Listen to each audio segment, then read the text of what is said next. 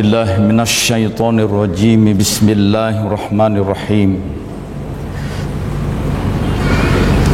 Saya pribadi, tapi juga Masya Allah, atas nama Abah Anom yang baru saja beliau hadir bersama kita, saya ucapkan salam. Assalamualaikum warahmatullahi wabarakatuh.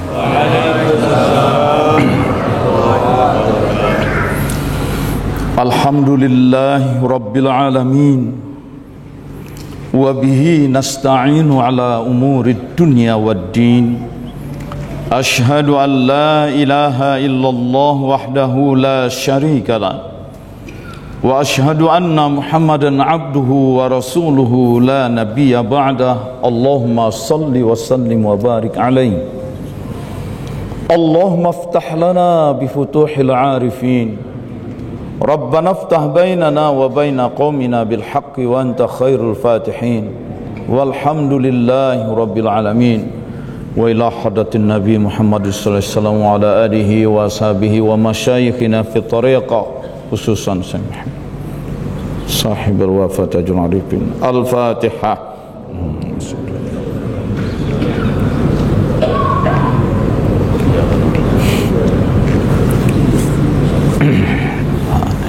Amin. Manakib offline kedua, ya. Ketiga. Oh, yang pertama saya. Nah, terus yang kedua Ustaz Latif, ya. Oke, yang ketiga sekarang alhamdulillah sudah mulai hidup lagi, tumbuh lagi TKN Centernya. Mudah-mudahan yang belum berkesempatan datang ikut datang. Kekhawatiran merebaknya Covid kita sikapi dengan yang hadir pakai masker, yang masuk dites dengan genos, nah, ya, jarak diatur. Insya Allah. Covid belum selesai, ya? Belum, ya? Belum selesai atau belum mau diselesaikan ini? Ini pandemi atau plandemi? Kalau pandemi, ya, merebak alamiah. Kalau plandemi memang memang direncanakan itu. Karena masih banyak yang punya kepentingan dengan bisnisnya. Itu, Masya Allah. Ya. Di Singapura begitu ketat. Orang mau keluar Singapura naik pesawat terbang harus dites PCR. Begitu masuk lapangan terbang Jakarta harus isolasi. Pilih mau hotel yang mana, bayar. Oke, kita bayar. Supaya nggak kabur dari bandara pun didampingi oleh polisi ke hotel itu. 5 malam harus di hotel itu. Pertama PCR lagi, padahal di Singapura baru PCR. Harus PCR lagi, masuk hotel PCR. Nanti hari keempat PCR lagi. Masuk ke hotel, bayar. Tapi masuk ke hotel tidak ada pengawasan. Turis-turis yang masuk ke hotel besoknya pada keluar jalan-jalan kemana-mana, belanja, terus masuk lagi ke hotel lagi. Itu. Nah, saya tes juga, ada keluarga yang sedang isolasi. Nah, saya masuklah. Ditangkap nggak nih, ditahan nggak? Nggak ada tuh. Naik ke lantainya, masuk ke kamarnya, segala macam, keluar masuk. Ya sudah, saya ajak jalan yuk, ajak keluar, masuk lagi. Oh, jadi ini bukan isolasi, tapi bagaimana supaya hotel bisa dijual, supaya sewa kamar hotel bisa jalan. Itu. Oh, jadi rupanya bisnis lah ini. Kerjasama. Ya Allah. Begitu, ya. Nah, terus begitu mulai Covid awal 2020 Maret dikeluarkan Perpu bahwa pemerintah untuk mengatasi Covid keluarkan dana mula-mula 400 triliun, kemudian naik sampai 700 triliun. Untuk apa itu dananya? Karena kalau sudah merebak Covid, maka kegiatan bisnis akan turun. Akan banyak terjadi PHK. Supaya kegiatan bisnis terus berputar, dana Covid itu untuk mensubsidi pengusaha-pengusaha supaya bisnisnya terus jalan. Jadi sebagian besar dana Covid justru untuk pengusaha. Nah, itu. Nah, yang PHK ya tetap aja PHK. Nah, bisnis melemah, orang pedagang-pedagang kaki lima, restoran banyak tutup kegiatannya, mereka harus pulang kampung. Yang ini nggak dapat. Itu. Nah, begitulah rupanya dunia. Ya, begitulah rupanya dunia. Dicoba, dipelajari. Nah, rupanya kita harus kembali kepada agama kita. Allah memberi peringatan, wa mal hayatud dunya illa mata'ul gurur illa lahwum wa laibun. Ada beberapa versinya kan ayatnya ya. Kehidupan dunia hanya kesenangan yang menenggelamkan, yang mengecoh. Mata'ul gurur. Kehidupan dunia hanya sandiwara dan permainan, senda gurau dan permainan. Karena itu tidak ada jalan lain. Jangan sampai kita menuntut ilmu, belajar itu untuk mencari kejayaan dunia. Kalau kita belajar menuntut ilmu untuk mencapai kejayaan dunia, sehebat apapun, ya, yang kuliahnya asal-asalan juga jadi profesor. Itu. Yang babak belur, yang tiap hari harus ngisi absen, ya. S1, S2, S3, udah payah-payah S3, Samsung S21 langsung kalah lagi. Nah, jadi itulah dunia, mata'ul gurur, ya. Menuntut ilmu jangan untuk mendapatkan kejayaan dunia, ya. Begitu juga dalam yang lebih real, menuntut ilmu jangan untuk kaya. Karena soal kaya itu tidak ada kaitannya dengan ilmu ternyata. Bahkan soal kaya tidak ada kaitannya dengan kerja. Karena urusan kaya itu, urusan rezeki itu kaitannya dengan takdir Allah. Allah tentukan begitu. Nah, tetapi bahwa menuntut ilmu suatu kewajiban, lakukan. Bahwa bekerja itu suatu kewajiban, lakukan. Jangan diniatkan menuntut ilmu untuk kejayaan dunia, jangan lakukan kerja untuk menjadi kaya. Tapi itu, saya sedang terus monitor Bu Teti di Pangandaran. Begitu payah dia, seorang janda yang kalau saya katakan miskin ya bukan maksud menghina, tapi dia mampu. Masjid di sebelahnya dia rombak, dia robohkan, dia bangun jadi masjid baru. Itu. Dan ya, karena yakinnya jadi terwujud. Itu banyak keanehan-keanehan itu, tetapi dedikasinya yang kuat, ya. Kadang-kadang datang dia pagi, dia bilang ke saya, Pak Kiai, ya, sekarang saya mau pasang semua kusen pintu dan jendela. Ongkos pasangnya satu hari ini tukang sekian ratus ribu, tapi terus terang saya punya cuma 20.000 duit. Saya hanya minta saja ke Allah, saya hanya berkata, wahai guru mursyidku, wahai abah, inilah ikhtiarku, sudah maksimal. Gak lama kemudian datang orang kasih uang. Nah, baru kemarin malam nih, malam Sabtu lagi, nah, besok akan manakib sekian, nah, duit nggak ada, ya terus gimana? Habis sholat isya, nah, habis sholat lidap ilbala dan zikir hataman, ya rebah-rebahan saja sambil zikir. Jam 10 ditelepon oleh Bupati Ciamis, bisa nggak datang ke hotel ini? Datang, belum lagi duduk, kasih amplop 2 juta. Keanehan-keanehan seperti itu. Jadi itu masjid yang biayanya ratusan juta itu. Dan hampir tiap hari dia kirim kabar, ini situasi begini, situasi begini, situasi begini. Begitu. Nah, jadi di mana letak kekuatan? Letak kekuatan ada pada Allah. Gitu. Nah, yang paling penting pada diri kita adalah membersihkan kalbu kita. Terus menerus kita coba bersihkan, terus menerus kita coba menyambungkan. Kita bersihkan, kita sambungkan diri kita.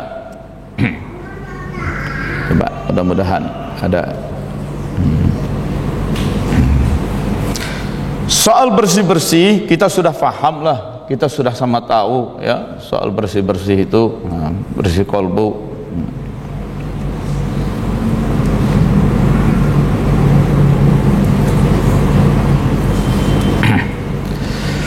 Zikir kita itu terdiri dari zikir jahar, apalagi yang baru pertama kali hadir ya. Dan yang paling penting zikir jahar itu kan ditalkinkan dulu. Itu. Nah, berulang-ulang saya tekankan ini. Allah itu sayang banget kepada manusia. Karena sayangnya Allah, manusia itu tidak dibiarkan sendiri. Ma wadda'aka rabbuka wa ma qala. Apa artinya itu? Ma wadda'aka, Allah tidak meninggalkan kamu, ya, tidak mengabaikan kamu dan tidak membenci kamu. Itu Allah itu terus memonitor, muraqabah, ya. Nah, Allah itu raqib, terus mengamati, mencermati. Allah itu qarib, Allah itu dekat. Allah itu maha melihat, Allah maha mendengar, Allah maha mengetahui, Allah maha peduli, Allah maha penyantun, pelindung, penolong. Itu sayang. Memang manusia yang dicipta oleh Allah ini sudah ditakdirkan oleh Allah. Begitu dicipta, diberi takdir sebagai makhluk yang berilmu. Wa 'allama Adam al-asma. Lalu Allah 'allama, mengilmui. Ilmu tentang apa? Asma, tentang nama-nama. Wa 'allama Adam al-asma. Allah mengilmui Adam, mengilmui manusia dengan nama. Ilmu tapi nama. Apa itu maksudnya? Ilmu tapi nama. Nama itu kan sebutan. Nama itu kan suatu istilah. Nama itu kan simbol. Jadi artinya manusia dijadikan makhluk yang mampu membuat simbol-simbol, membuat sebutan-sebutan, menjadi makhluk yang mampu menciptakan lambang-lambang.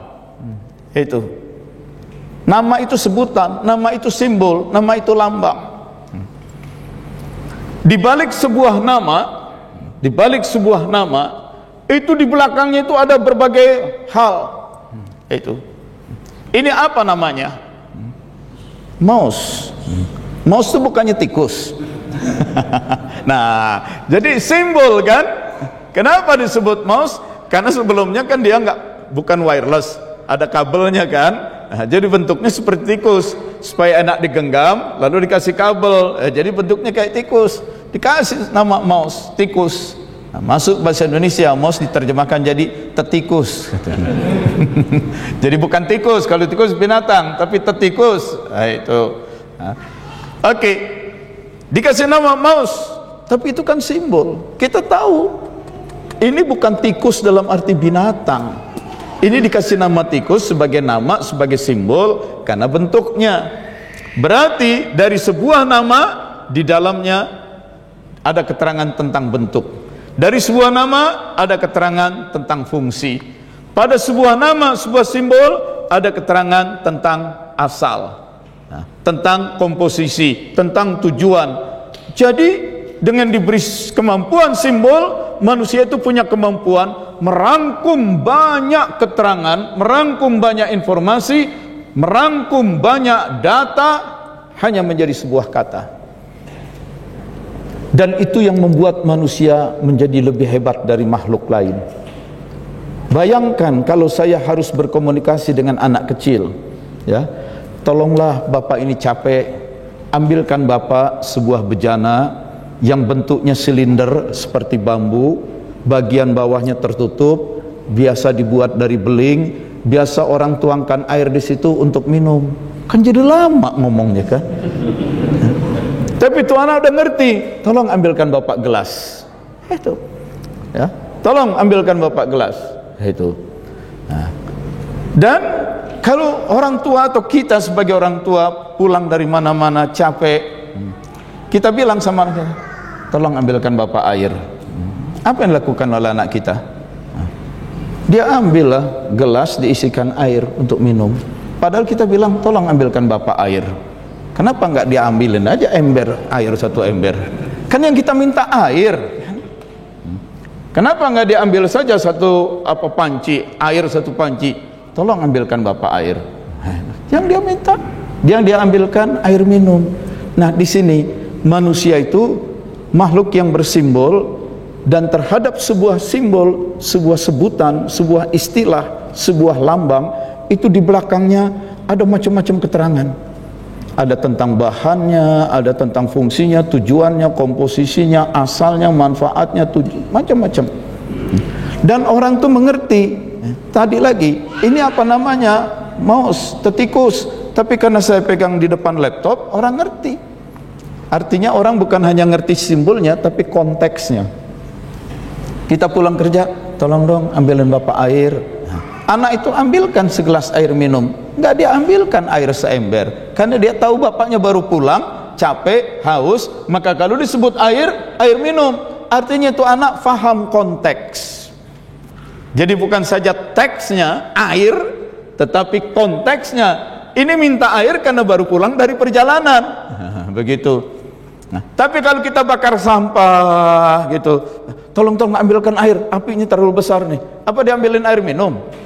Dia tahu kita lagi bakar sampah, apinya merebak terlalu besar, langsung diambilkan air dalam jumlah banyak.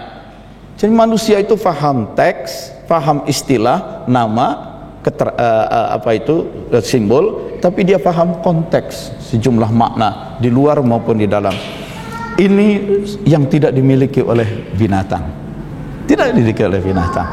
Sehebat apapun komputer, ini pun tidak bisa dimiliki. Nah, terutama yang pernah belajar programming, ya, maka kita harus memprogram komputer itu kata demi kata, tindakan demi tindakan. Tidak bisa teks lalu dia paham sendiri konteksnya. Tidak. Yang kedua, dan yang pertama dulu, wa 'allama Adam al-asma. Karena Allah berikan ilmu kepada Adam, kepada manusia, nama itu simbol. Jadilah makhluk manusia yang bersimbol, maka manusia bisa faham teks, bisa faham konteks. Dan manusia dengan satu istilah, dengan satu kata, dia bisa merampung, mencakup, memahami berbagai macam keterangan. Ini manusia menjadi makhluk yang sangat mudah berkomunikasi dan mengembangkan ilmu pengetahuan. Wa 'allama Adam al-asma, cuma diajarin ilmu tentang nama, langsung dikontes, diadu dengan malaikat. Allah berkata kepada malaikat, ambiuni bi asma'i haula, hai malaikat, jelaskan kepadaku nama-nama semua ini. Malaikat langsung ampun. Subhanaka la ilma lana illa ma 'allamtana, maha suci engkau, kami tidak punya ilmunya kecuali sebatas yang diprogramkan kepada kami. Illa ma 'allamtana. Kalau nggak ngerti, hai Adam, ambihum, jelaskan semua ini. Adam jelaskan. Itu. Ini daun, kalau yang pinggir-pinggirnya lurus, nah, begini. Kalau yang pinggirnya bergerigi, begini. Ini pohon menjulang tinggi. Nah, akarnya ada yang akar tunggang, akar serabut. Dijelaskan semuanya. Karena Adam manusia makhluk yang bisa mengembangkan pengertian-pengertian, bisa mencari dan menambah pemahaman-pemahaman, dan semua itu disimbolkan dan semua itu dijelaskan dalam konteksnya. Nah, lalu apa kata Allah? Usjudu li Adam. Malaikat, kamu kalah oleh Adam. Dengan ilmu pengetahuan Adam itu, usjudu, sujudlah kalian kepada Adam. Itu. Begitu malaikat disuruh sujud, di ayat lain, fasajadal malaika kulluhum ajmaun, maka bersujudlah malaikat, kulluhum, each of them, tiap-tiap mereka, ya, kulluhum ajmaun, all of them, seluruhnya. Bayangin, malaikat bersujud tiap-tiap mereka, seluruh dari mereka, sampai double itu. Untuk apa? Takkid, penguatan. Bukan sekadar maka bersujudlah malaikat, tidak. Maka bersujudlah malaikat kulluhum, tiap-tiap mereka. Artinya nggak ada malaikat yang tidak sujud. Sudah pakai tiap-tiap mereka, ajmaun, semua dari mereka, seluruhnya. Jadi nggak ada malaikat yang membangkang. Lagi-lagi membuktikan bahwa malaikat itu memang robot. Dia hanya melaksanakan apa yang diprogram, yang informasi yang diberikan, perintah yang diberikan, itu yang dilakukan. Maka jangan heran, orang niatnya baik, berangkat jam 3:30 ke masjid untuk mengawali subuh dengan qiyamul lail di masjid. Ada pemuda habis begadang semalaman, mabuk, itu orang ditodong, diminta jam tangannya. Malaikat tahu ini orang niat baik, tapi dirampok. Malaikat diam aja karena nggak ada perintah untuk nolong. Itu perintahnya nyatet, ya catet aja, begitu. Nggak ada perintah untuk nolong. Itu memang robot, ya, sesuai dengan data dan perintah, itulah yang dilakukan, ya. Mereka tidak membangkang, ya. Nah, maka malaikat semua sujud. Rupanya setelah malaikat sujud, ada juga makhluk lain yang sudah ada sebelum kedatangan manusia ke bumi. Makhluk itu namanya jin. Malaikat disuruh sujud bersujud, jin juga disuruh sujud. Jin pun bersujud sebagian. Ada yang nggak mau sujud, illa iblis kana minal jinni, kecuali iblis yang berasal dari golongan jin. Surat Kahfi ayat 50. Jadi ada jin yang tidak sujud, itu yang kemudian diberi nama iblis. Itu kenapa Allah beri nama iblis? Ya karena Allah sudah tahu apa sebabnya. Meskipun Allah tanya juga, ma mana'aka alla tasjuda iz amartuk, mengapa engkau tidak mau sujud padahal itu sudah aku perintahkan. Ana khairum minhu, aku lebih baik dari dia. Kau cipta aku dari api, kau cipta dia dari tanah. Api bisa membakar tanah, kenapa yang dari api ini yang bisa membakar tanah malah disuruh sujud? Oh, jadi bangga dengan sumber, dengan asal usul diri. Oh, jadi bangga dengan keunggulan asal mulanya. Ada juga manusia yang bangga dengan asal usul genetiknya. Darah biru, keturunan ningrat, keturunan Raden, itu keturunan kiai. Itu, ya. Nah, itu bangga asal usul diri. Saking bangganya merasa diri sombong dengan kebanggaannya itu, dia kecewa.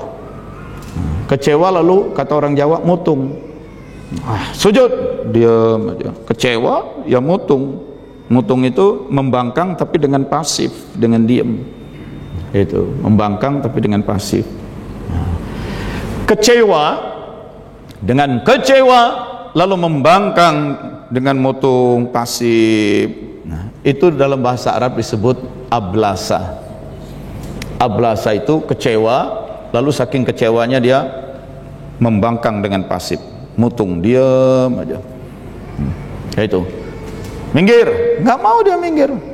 Bangkit, nggak mau dia bangkit, kecewa. Ablasa. Maka pelakunya disebut iblis. Illa iblis, kecuali iblis, dia yang kecewa lalu membangkang secara pasif, kana minal jinni, yang berasal dari golongan jin. Itu. Lalu Allah beritahu, hei Adam, lihat kan, ternyata kamu punya musuh sekarang. Kamu punya musuh. Karena setelah iblis membangkang, dilaknat oleh Allah, diusir sebelum dia berangkat, itu iblis bertekad untuk merusak manusia. Bagaimana merusak manusianya? Digambarkan dalam surat Al-A'raf ayat 17. Tsumma la'atiyannahum, sungguh pasti, ya, aku akan selalu mendatangi mereka. Lam itu kan lam taukid, menunjukkan kesungguhan. La, sungguh pasti. Nah, nunnya di belakang nun taukid juga ditasdid, menunjukkan terus menerus, berulang-ulang.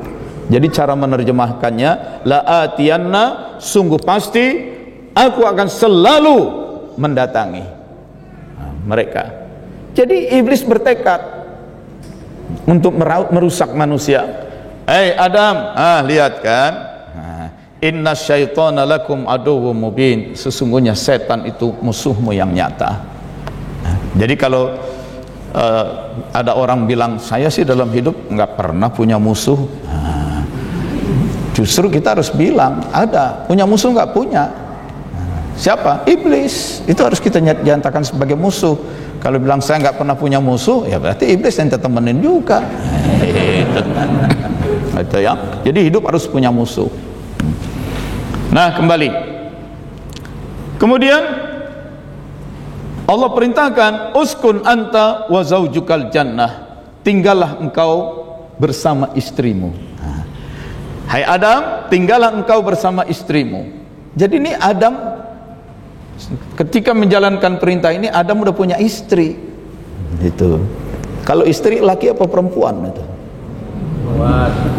Lalu apa yang membedakan Adam yang lelaki, istri yang perempuan? Bedanya itu di mana?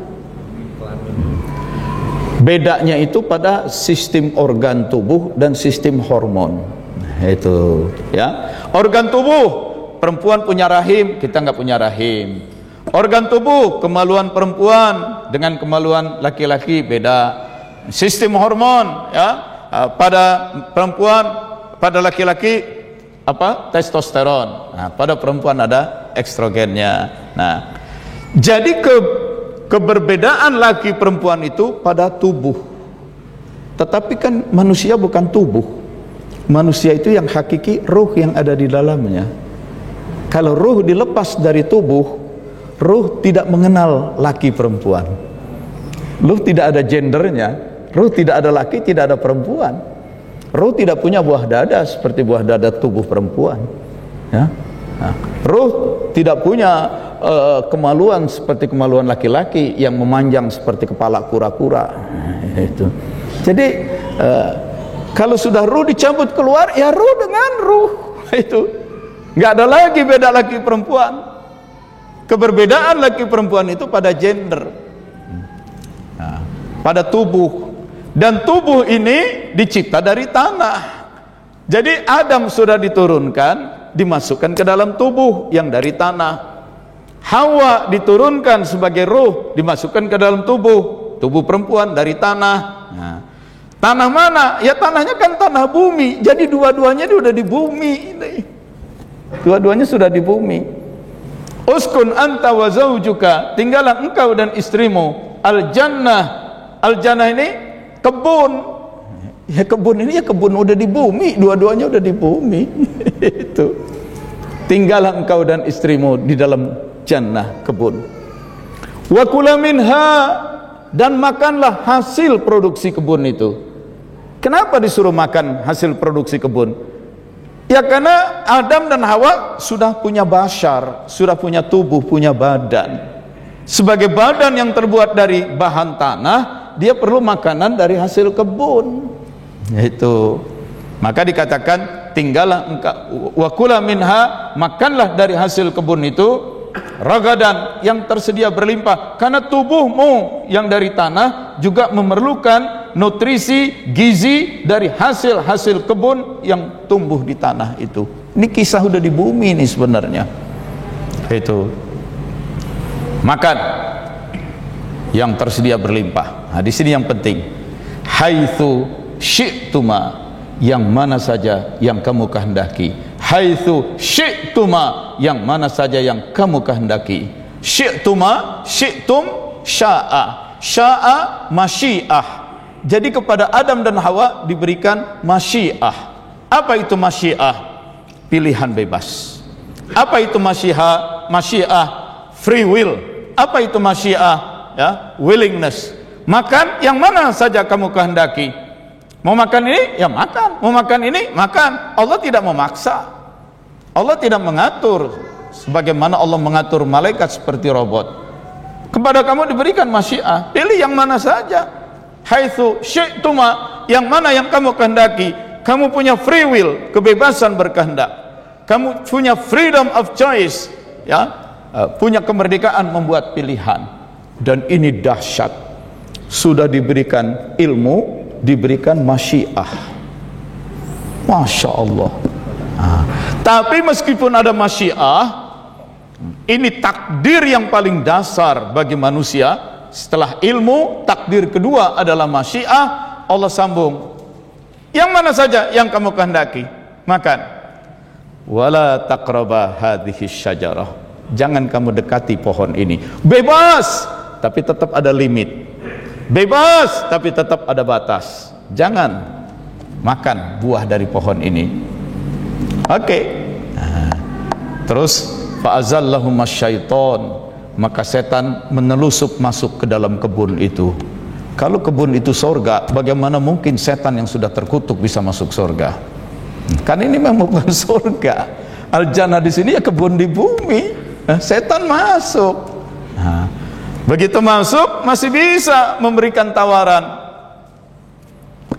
Apa tawarannya dari setan itu?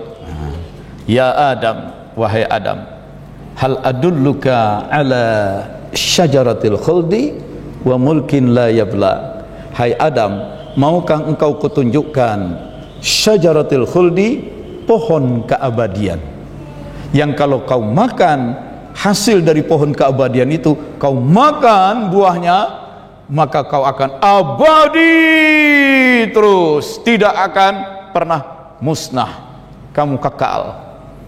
Dan kalau kau makan buah pohon itu, kamu akan memiliki mulk la yabla, kekuasaan tanpa batas. Bayangkan, abadi, powerful tanpa batas. Itu godaan paling berat buat manusia. Dan apa yang terjadi? Kakek kita kan larut pada godaan itu. Meskipun awalnya ragu-ragu, kemudian akhirnya istrinya makan, suami juga ikut makan. Begitu dimakan buah itu, apakah muncul keabadian itu? Tidak, itu hanya tipuan. Apakah muncul kekuasaan tanpa batas itu? Tidak. Justru yang terjadi, pakaian rontok, kelihatanlah kemaluan dan hal-hal yang memalukan. Maka Adam dan Hawa sibuk nyari dedaunan, dirangkai-rangkai untuk jadi penutup kemaluan. Saat itulah Allah berkata, bukankah sudah kubilang jangan dekati pohon itu? Ya ini gara-gara iblis. Ya iblis, kenapa kamu ikuti? Bukankah dari awal sudah dikasih tahu, setan itu musuhmu yang nyata, iblis itu musuhmu yang nyata, jangan nyalain iblis lagi. Ya karena kepengen keabadian, pengen kejayaan, powerful, kekuasaan tanpa batas. Nah sekarang sudah kamu makan, sudah terjadi maksiat, sudah terjadi pelanggaran, larangan Allah sudah kamu langgar. Dapat nggak kekekalan itu?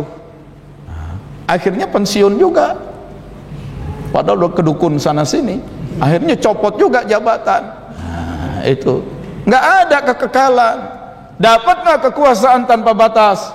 Akhirnya hilang juga. Kekuasaanmu kropos. Kekuasaan dari jabatan pensiun, kekuasaan kropos. Kekuasaan dari dalam, kekuatan dari dalam pun kropos.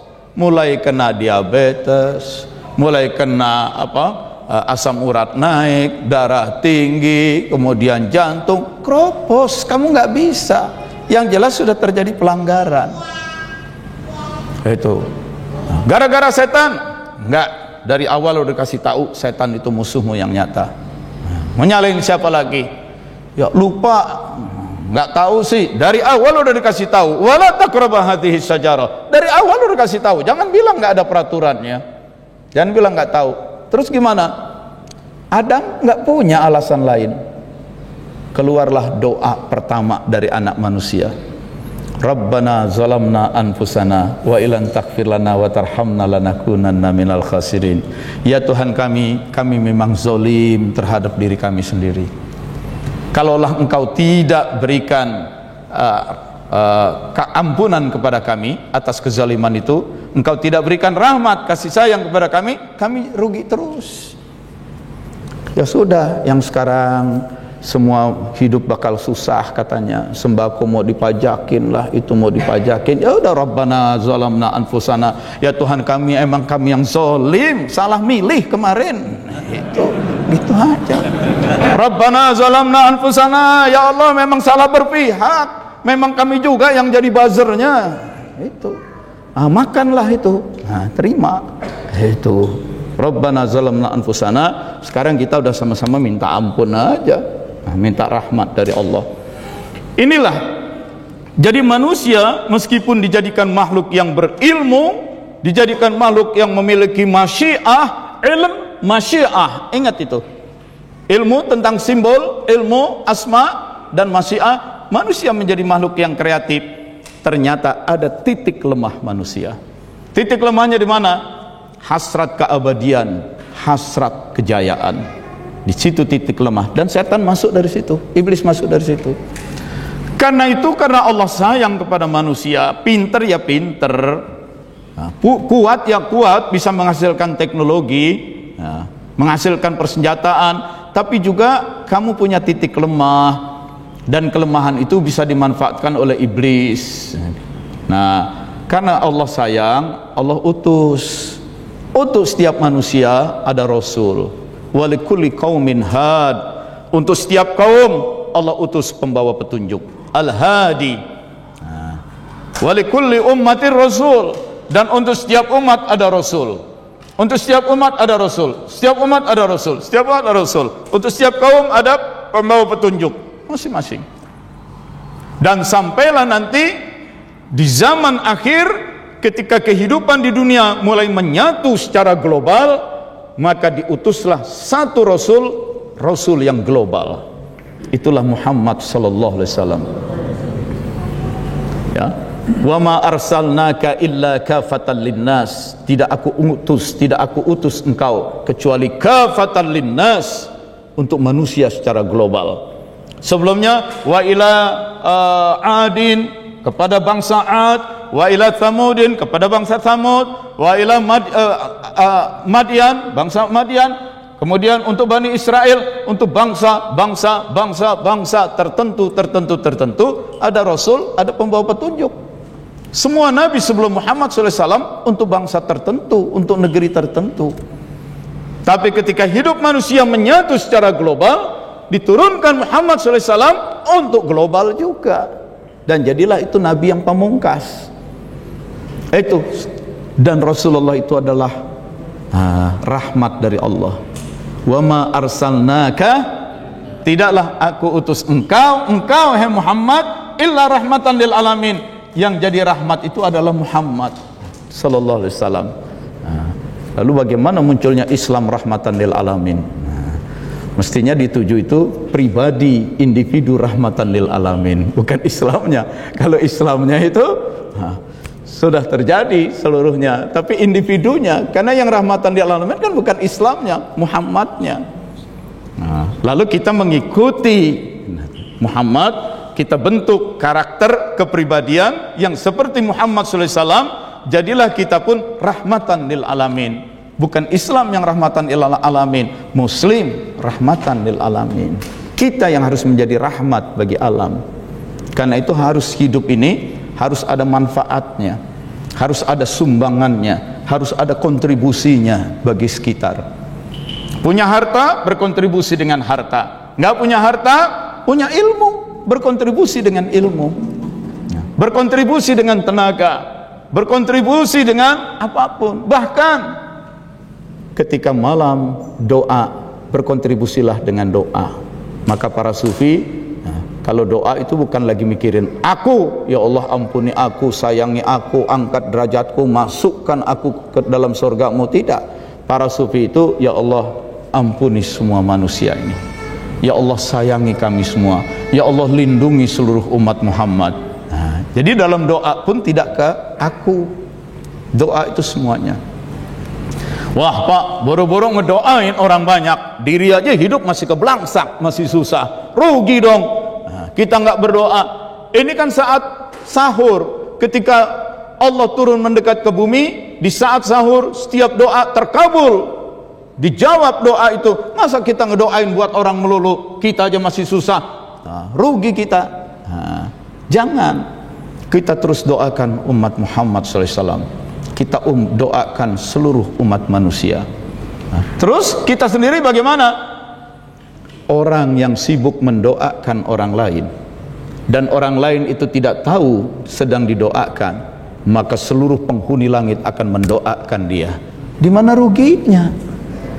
Nah, di mana ruginya? Itu.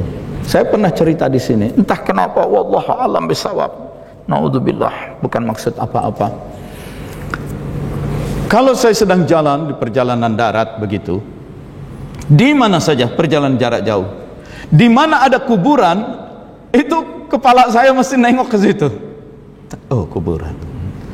Meskipun lagi chatting, oh, kuburan. Kuburan.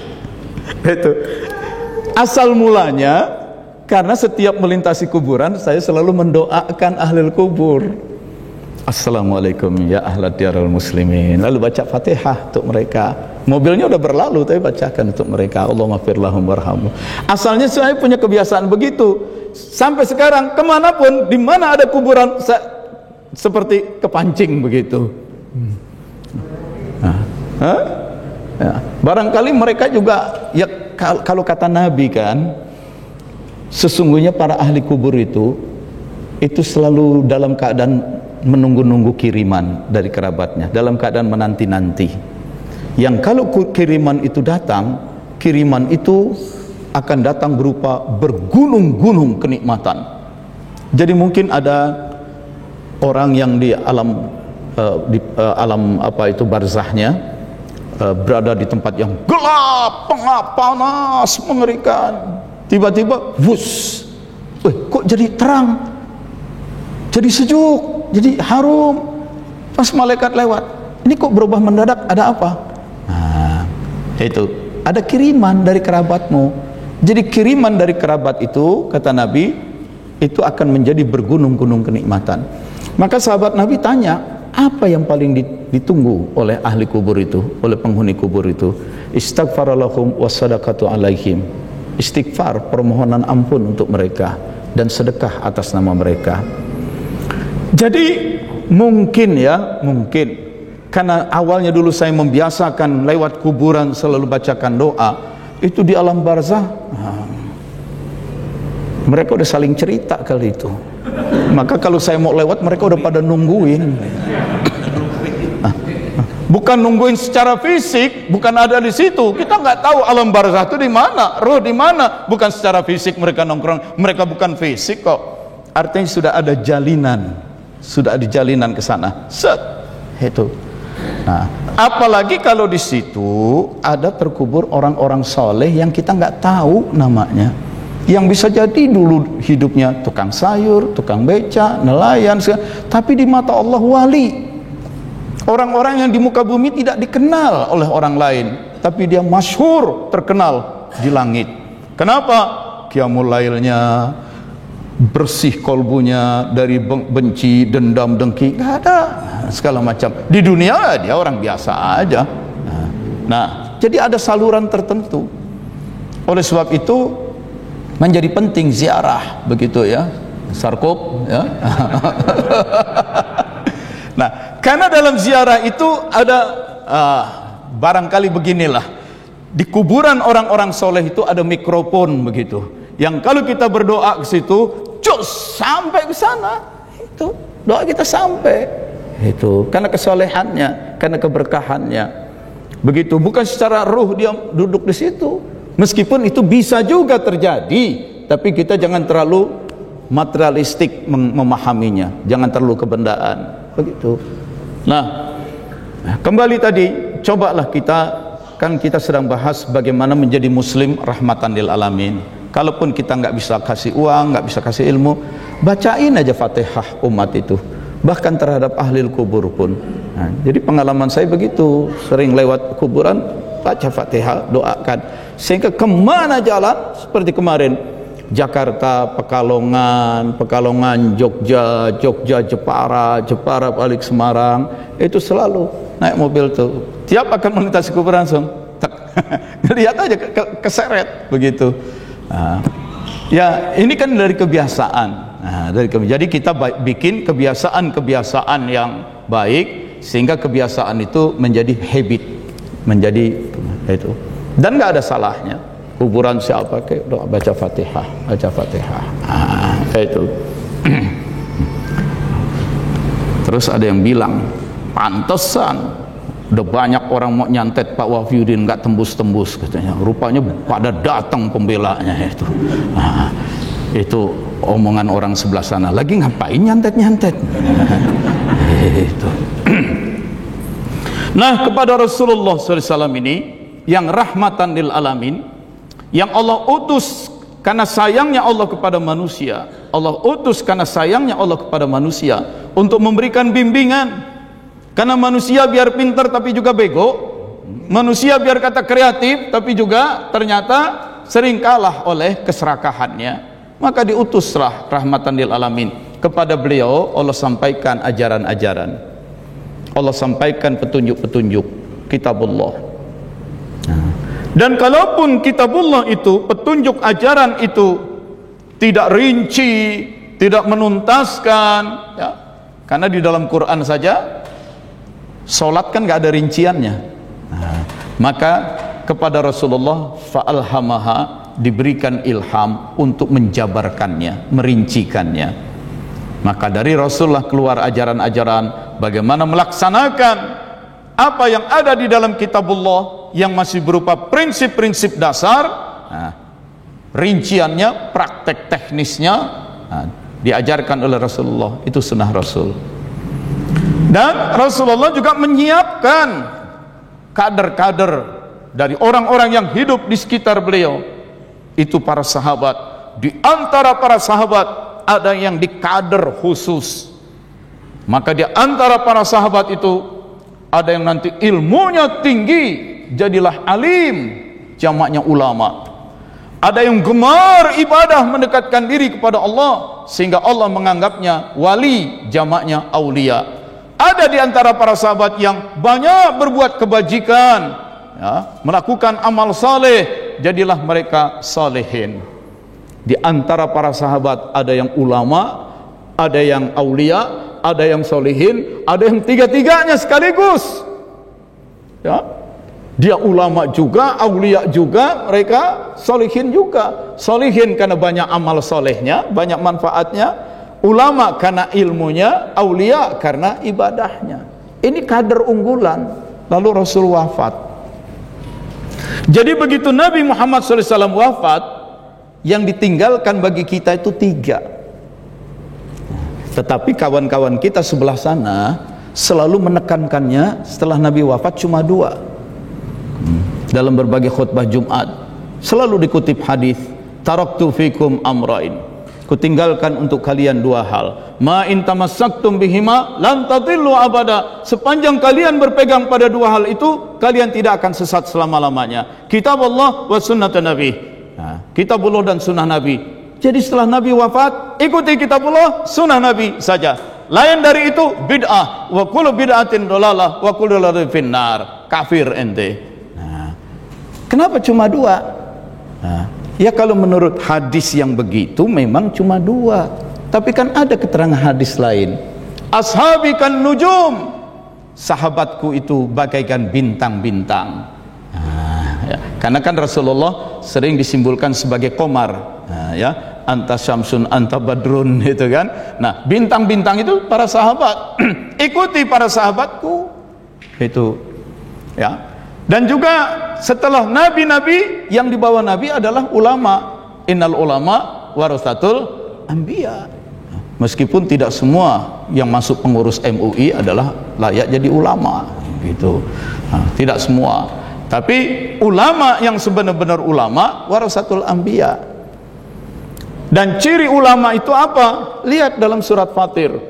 Innama yakhshallaha min ibadihil ulama. Yang paling takut kepada Allah adalah ulama. Betul itu ayat. Tapi lihat sebelumnya. Di ayat sebelumnya yang dijelaskan tentang bagaimana Allah mencipta berbagai makhluk berwarna-warni dan segala macam. Jadi orang diajak melihat fenomena alam. Gunung-gunung batu. Setelah melihat berbagai peristiwa alam, baru masuk innama yakhshallahu min ibadihil ulama. Jadi keulamaan itu justru dengan mengamati alam, dengan menyerap banyak pengetahuan, menyaksikan kedahsyatan alam, dan alam yang begini dahsyat, yang susunannya begitu rumit, yang prosesnya, dinamikanya, peristiwa-peristiwanya begitu mengagumkan, maka orang itu muncul. Pastilah di balik semua peristiwa ini ada yang hidup, ada dia yang menentukan, dia yang hidup, dia yang maha cerdas, dia yang maha kuasa. Lalu orang itu menjadi takut. Nah, itu yang disebut ulama. Jadi ulama itu ada khosyah, takut, ada takut. Nah, dan takutnya itu muncul berangkat dari kesadaran diri, betapa diri ini kecil, tidak berdaya, bukan apa-apa, bukan siapa-siapa. Kesadaran diri ini kecil, bukan apa-apa, bukan siapa-siapa, diri tidak berdaya, itu muncul karena menyaksikan, mempelajari. Jadi ulama itu harus belajar alam. Belajar alam, lalu muncul kesadaran diri ini kecil, tidak berdaya, lalu muncul khosyah, rasa takut. Ulama bukan soal sorban ternyata. Ulama bukan soal sorban. Saya baru keliling Jawa Tengah, Jawa Timur, sedih. Banyak yang kemarin itu kiai, terus jadi politisi, terus jadi anggota DPR, terus jadi bupati, terus ditangkap KPK. Jadi ternyata bukan soal sebutan keulamaan itu, ilmu. Dan dengan mengamati semua ini dengan ilmu yang luas, muncul kesadaran diri kecil, lalu khosyah kepada Allah. Kalau nggak ada khosyah kepada Allah, apapun dikerjakan itu sedih. Itu dipanggilnya Gus, katanya punya pesantren, tapi tukang kerjanya mengatur distribusi proyek. Nah, ini proyek ini begini, ini proyek begini. Nah, yang ngomong Nasrani, yang ngatur Gus. Tapi Pak, salah satu yang suka diminta dari saya, sediakan perempuan anu di hotel anu. Ini Gus, pusing. Apa iya? Apa karena dia Nasrani dia ngomong gitu, mau jelek-jelekin? Saya cek lagi dengan bener Pak. Itu ya piye iki? Jadi keulamaan itu lagi-lagi bukan soal pesantren, bukan soal sorban. Tadi khosyah. Mari sama-sama kita tumbuhkan khosyah, rasa takut kepada Allah. Allah itu ada, Allah itu menyaksikan kita, Allah itu melihat, Allah tahu semua masa lalu kita, Allah itu dekat. Selama ini juga kita udah ditolong oleh Allah yang mengatur detak jantung kita. Saat kita tidak peduli, saat kita lengah, jantung terus berdegup, itu Allah yang mengatur. Aliran darah, Allah yang mengatur.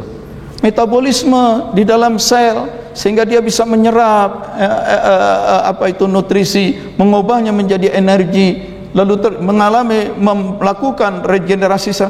Itu Allah.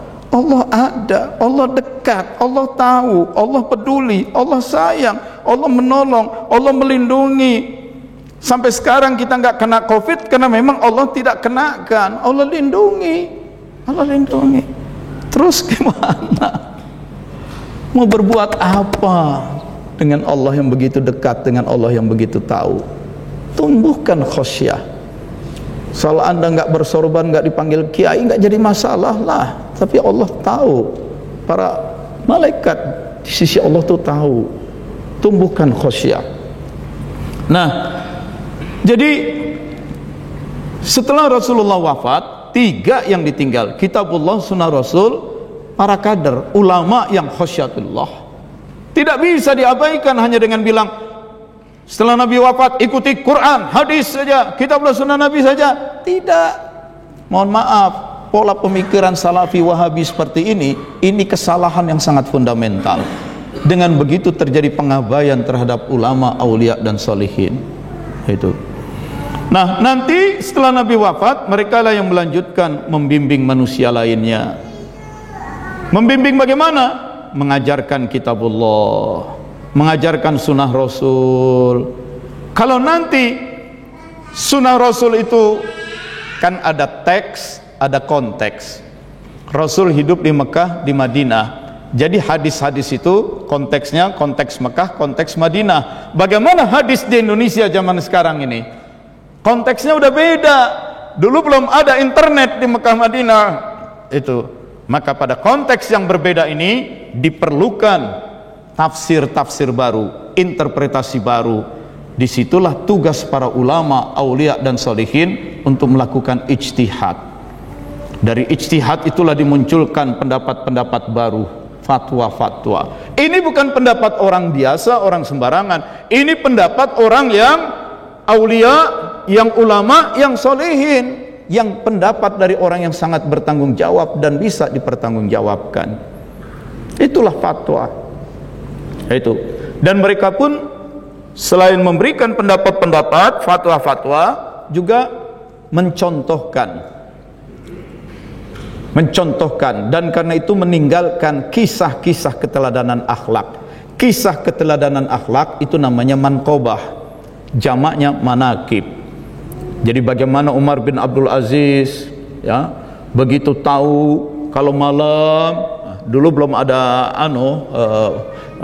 Umar bin Abdul Aziz malam tuh keliling desa-desa gurun pasir, kedengaran ada orang lagi nangis dan segala macam, anaknya nangis. Nah, ketuk pintu, kenapa anakmu nangis? Kelaparan. Nah, apa kamu nggak masak? Nah, ya masak sih. Nah, terus kenapa anakmu nangis terus? Nah, masakannya nggak matang-matang. Itu. Apa yang kamu masak? Dibuka tutup pancinya batu. Itu. Anakku nangis kelaparan terus. Dan aku mencoba meyakinkannya dengan memasak merebus batu supaya dia kecapean terus ketiduran. Kami memang miskin. Nah, sang kepala negara itu, masya Allah, ada rakyatku kelaparan, langsung dia pulang ke ibu kota, cari 1 karung gandum, dia panggul sendiri. Yang lain lihat, biarlah kami bawakan. Tidak, aku tidak mau nanti dihisap oleh Allah. Nah, ini tanggung jawabku, harus aku selesaikan sendiri. Nah, itu. Jadi datangnya ke rumah-rumah orang miskin, itu bukan masuk ke gorong-gorong, itu gorong-gorong harinya tikus, itu. Ya. Nah, jadi orang miskin cari seperti itu manqobah. Nah, jadi nanti setelah kita mati, kita pun meninggalkan manqobah untuk anak-anak kita. Lalu mereka juga menyiapkan kader lagi. Nyiapkan kader, lalu mereka pun wafat juga. Begitu seterusnya selanjutnya, maka sampailah generasi demi generasi. Nah, sekarang kita ini pun jumpa ulama, aulia dan sholihin. Mereka lah yang mengajar kita memahami kitabullah, sunnah rasul, memahami fatwa hasil ijtihad ulama terdahulu, manqobah. Nah, jadi kita taat kepada Allah, taat pada kitabullah, sunnah rasul, ikuti fatwa ulama terdahulu, ya, mazhab-mazhab mereka juga ikuti. Para penerus rasul ini masih ada itu. Nah, saudara sekalian, oleh sebab itu pembersihan itu karena Allah utus Rasulullah dan terus sampai ulama aulia salihin. Ada di antara mereka yang nanti ditugaskan menjadi mursyid. Nah, mursyid itulah yang membimbing kita. Di situ. Jadi bedanya tarekat dengan non tarekat itu di sini ada ketersambungan dari Allah, Rasulullah, kemudian sampai kepada para mursyid yang terdiri dari ulama, aulia dan salihin. Nah, begitu. Kita ini punya jalur khusus, golden chain, mata rantai emas. Kenapa mata rantai emas? Ini orang-orang dalam rangkaian ini, dalam silsilah ini, dalam sanad ini, karena mereka adalah para wali, ya, mereka aulia. Satu hal yang istimewa, yang kata Allah dalam hadis qudsi, wala in sa'alani la'utiyannah. Tiap-tiap dia meminta kepadaku, pasti aku berikan. Jadi kalau mereka mendoakan kita, belum tembus itu ke Allah. Dan karena tembusnya doa-doa mereka kepada Allah, kita yang sudah banyak zalim, kita yang banyak lupa, lengah, ghaflah, kita yang banyak kotor dan jauh dari Allah, tapi dengan doa mereka Allah jadi tetap sayang sama kita. Karena bisa jadi Allah tuh udah gedek banget gitu. ya. Pokoknya dirinya kotor, yang dimakan haram, yang dikerjain haram, udahlah, nggak dipedulikan, doa pun nggak didengar. Sehingga kalau ini orang mencoba mendekat kepada Allah, Allah udah nggak peduli. Tapi karena masih ada rangkaian orang-orang yang mendoakan, dan doa orang-orang ini doa yang tidak tertolak, maka Allah jadi tetap berikan rahmat, maghfirah. Nah, begitu diberikan rahmat, maghfirah, maka si orang itu pun jadi mudah mendekat ke Allah. Bagaimana kita mau mendekat ke Allah kalau Allahnya nggak suka dideketin sama kita? Sekuat apapun kita berusaha mendekat ke Allah, kalau Allah tidak mendekatkan kita kepada Allah, kita terseok-seok terus. Lalu bagaimana supaya Allah mau mendoakan kita? Kitanya udah jauh, kitanya kotor. Bisa doa dari para ulama dan salihin. Lalu para ulamanya di mana? Wala taqulu lima yuqtalu fi sabilillahi amwat. Para ulama itu jangan dikatakan sudah mati. Mati itu badannya, arwah mereka masih hidup di alam barzah. Bahkan mereka pun masih sering dihadirkan ke muka bumi. Maka ziarah itu jadi penting. Begitu Ustaz Andika, paham nggak?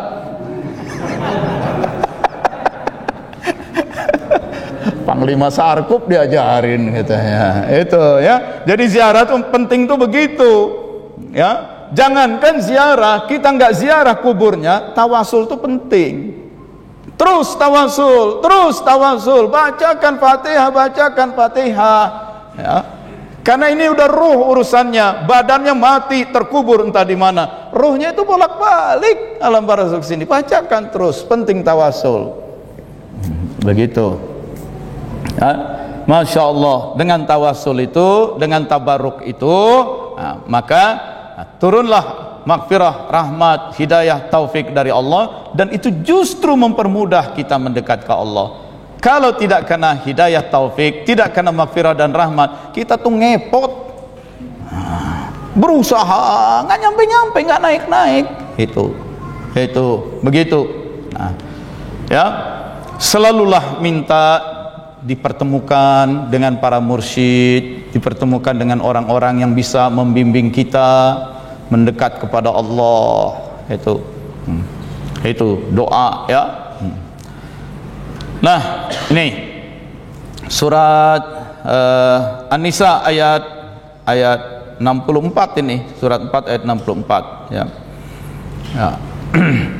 Ya, sesungguhnya kalau orang-orang zalim itu, ya, walau annahum idzalamu anfusahum, kalaulah orang-orang zalim itu, bahkan zalimnya saking kebangetan, zalim terhadap diri sendiri, ja'uka, mendatangi engkau hai Muhammad, fastaghfirullah, lalu si orang zalim itu memohon ampunan kepada Allah, tapi saking zalimnya permohonan ampun dicuekin sama Allah.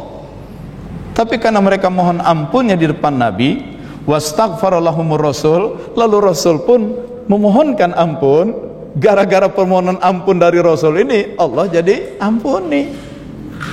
Ini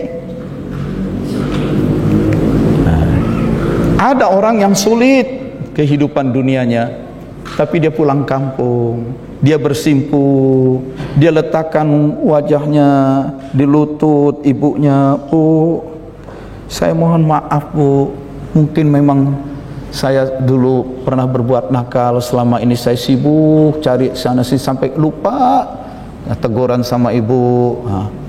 Lalu si ibu terenyuh, anaknya udah tobat-tobat kayak begitu. Si ibu, duh Gusti Allah, sayangi anakku. Wah, langsung des, karena doa seorang ibu langsung. Itu. Dan itu adalah proses tabaruk. Meminta barokah dari ibu. Proses tawasul. Jadi kenapa kita harus anti tabaruk? Kenapa kita harus anti tawasul? Lah kitanya sering tabaruk kok melalui doa orang tua kita. Kenapa tidak boleh tabaruk tawasul kepada para ulama? Kenapa nggak boleh? Kita sering tabaruk tawasul melalui ibu kita, bapak kita. Itu. Ya tapi kan ulamanya udah mati. Yang mati itu badan. Jangan terlalu materialistik lah kamu. Roh itu nggak mati, tetap ada. Ya tapi inqata amalu, sudah terputus perbuatannya. Terputus itu dia tidak bisa memberikan manfaat efektivitas untuk dirinya itu. Tapi doanya kepada Allah itu karena cinta Allah, Allah masih tetap menjamin, wala in sa'alani la'utiyanna, tiap dia meminta pasti aku berikan. Itu beliau orang-orang yang sudah tercukupi dirinya. Begitu ya. Nah, jadi dengan doa para ulama, para aulia, para salihin, baik yang masih ruh dan badannya hidup maupun yang badannya sudah mati, ruhnya di alam barzah dan mondar mandir, dengan tabaruk, dengan ziarah, dengan tawasul, maka nyambunglah kita pada Allah. Ini tarekat, ini tarekat. Begitu ya. Nah, mudah-mudahan dengan itu maka kolbu kita bersihkan dan tersambung kepada Allah, maka antara kita dengan Allah ada connectivity, ketersambungan, ada wusul. Ya, begitu. Cukup sampai di sini hikmah ilmiahnya ya. Terus apa? Talqin. Kan nggak perlu semua talqin kan. Artinya yang mau talqin zikir bergeser ke depan, yang tidak sudah talqin zikir turun ke bawah, nikmati konsumsi yang mudah-mudahan sudah ada. Tutup dulu dengan salat Bani Hasim.